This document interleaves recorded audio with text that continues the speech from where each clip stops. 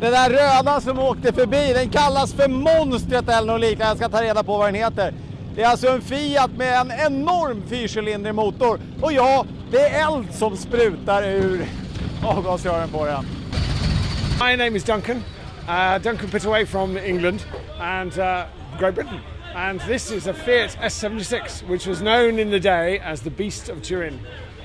And we just heard this automobile and I can understand why they call it the Beast. Tell me, what is under that huge hood? It's the biggest hood I ever seen on a car, I think. It's the biggest engine ever fitted to a car. Back in 1908, the French Grand Prix was won.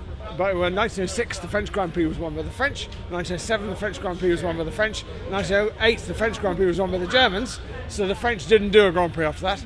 And so between 1908 and 1912, there were no rules. And the car manufacturers could do what they wanted. So they decided to go fast, you put a big engine in. And to go faster, you put an even bigger engine in. And particularly Benz and Fiat had a competition, like small boys peeing up the wall in a schoolyard. And Fiat had a 14-litre, Benz had an 18-litre, sorry, the other way around, and then Benz made a 21-litre, Blitz and Benz, in 1909. There isn't one here today. And then Fiat thought in 1910 we could do better than that, and they built this, which is a 28,500, 28.5-litre, four-cylinder.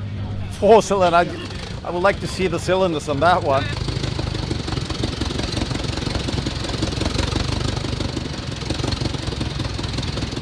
So what's the history of the car? How did it wind up here today? And Yeah, no, it's fine. They built two cars. And because within 6 months of the car being finished, it was obsolete. Because the engine, they realised in 1911 that this bigger and bigger engines was a silly idea. So they decided that in 1912 the new Peugeot was designed, and everyone went, "That's a good idea." Rather than just go, they couldn't get bigger and sillier. So the engine was lost, the engine was taken out, and the car was modified, converted to a different racing car. Like a lot of cars raced at Brooklands in the 20s were Edwardian cars, different engines, different bodies. So it survived because it had a different engine and bodywork. And then I bought it and it survived it lost its original engine. And I bought it in 2002.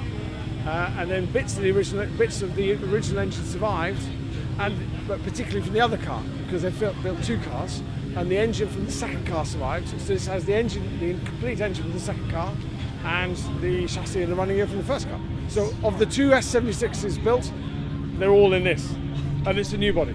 It's fantastic. And how do you drive? I mean, could you do the Mille in this one or no? I drove it. It's registered. That's an English registration number. I drove it to Germany 5 weeks ago on the Autobahn, and we broke it. We broke it on the ferry, but it's on the Autobahn. It cruises at 180 kilometers an hour.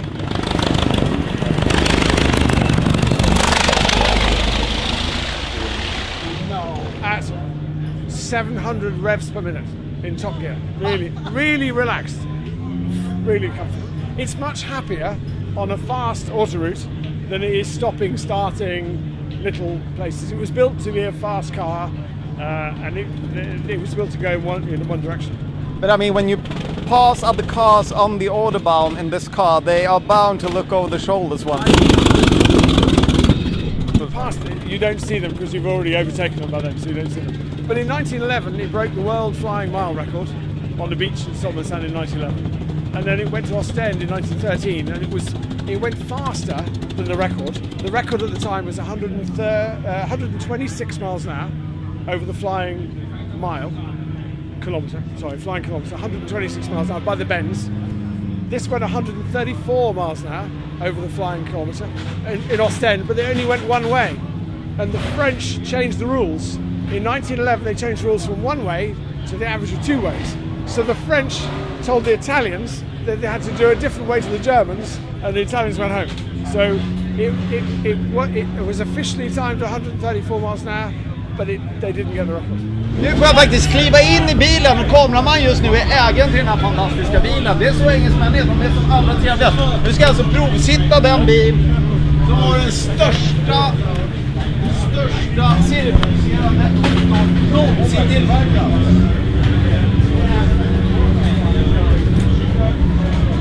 Jag kan säga att det här är inte riktigt ju helt makalöst. Det här är magiskt. I'm not sure if I would dare to drive it, but you need some serious arm muscles. You can't see very much. Ja, det är helt fantastiskt. Jag är lycklig som ett barn, ska jag säga. Thank you so much. Jag kan säga, på Biltokig så är det roligt mest hela tiden. Vilken bil och vilken person, va? So what are your plans for the car? Will you keep on driving it or will you stick it in a museum or something? No. I drive it on the road as much as I can, and my children will put it on eBay when I die. I think that's the plan.